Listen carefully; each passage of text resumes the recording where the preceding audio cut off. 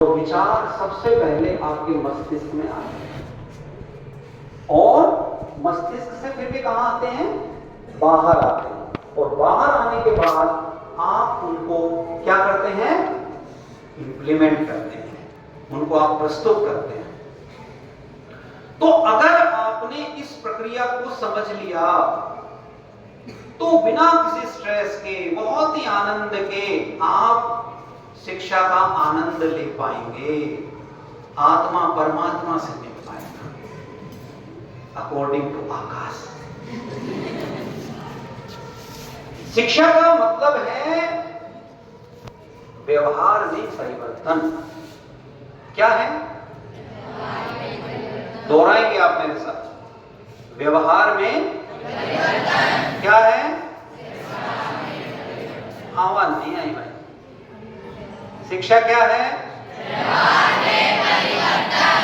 कैसे काम करते हैं आप, कैसे रिएक्ट करते हैं आप, चीजों को सुनते हैं तो कैसे समझते हैं आप, ये शिक्षा है।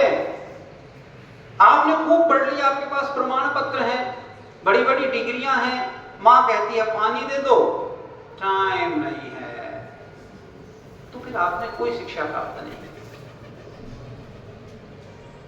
आप वैसा ही पशुवत व्यवहार करते हैं।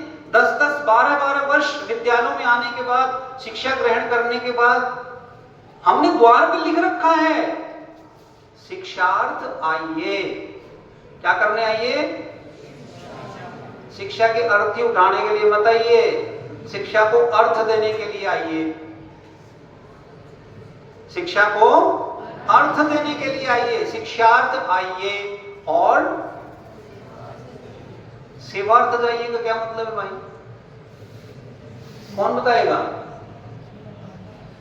सेवार्थ जाइए, समाज की सेवा करने के लिए जाइए, राष्ट्र की सेवा करने के लिए जाइए। रोज यहां नारा लगाते हैं, आप भी लगाएंगे, भारत माता की जय, भारत माता की जय, भारत माता की जय। भारत माता क्या है? कौन बताएगा? बताओ क्या है भारत माता? सुबह से शाम तक नारे लगाते हो।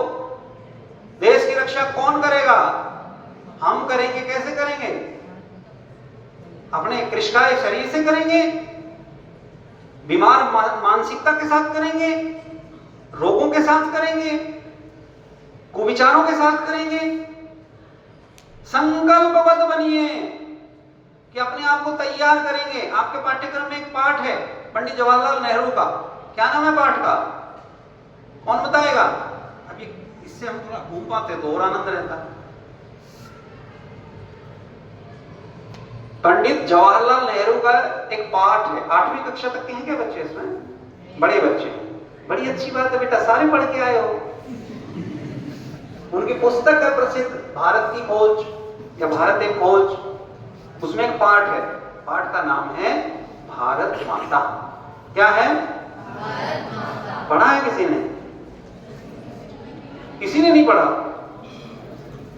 चलिए, उसमें यही बताते हैं नेहरू कि मैं गांवों में जाता था, किसानों में जाता था स्वतंत्रता आंदोलन के दौरान, और लोगों से मैं जब कहता कि भारत माता की जय तो सारे नारे लगाते भारत माता की जय। मैं उनसे पूछता भारत माता क्या है?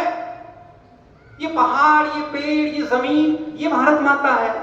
इनके साथ साथ भारत में रहने वाले लोग। आज मैं आपसे बात करने आया हूं व्यक्तित्व निर्माण में विद्यालय की भूमिका। विद्यालय क्या है? तुम हो विद्यालय। इन बिल्डिंगों को, दीवारों को, इनको विद्यालय नहीं कहते। फर्नीचर है, बिल्डिंग है, खेत खलिहान है, पेड़ हैं, ये विद्यालय नहीं है। विद्यालय कौन हो? तुम हो।